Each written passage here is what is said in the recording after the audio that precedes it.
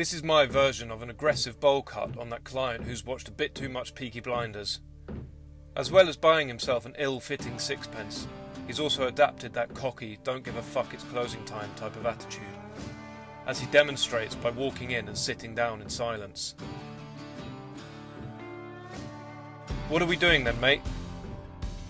Again, without any actual words being exchanged, he hands you a creased and likely jizz-stained picture of the man himself.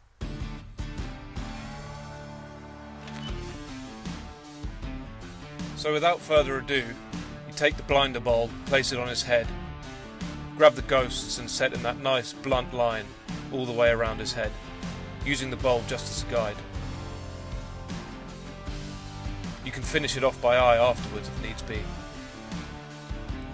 Soften it out with a little bit of scissor over comb and connect the top with some diagonal forward sections, pulling the hair out vertically, leaving some good length at the fringe. Remove that blade from his hat before he hurts himself or someone else, and shave his neck. Throw in some snow, style him up, just to watch him rudely put his hat back on and smoke yet another cigarette.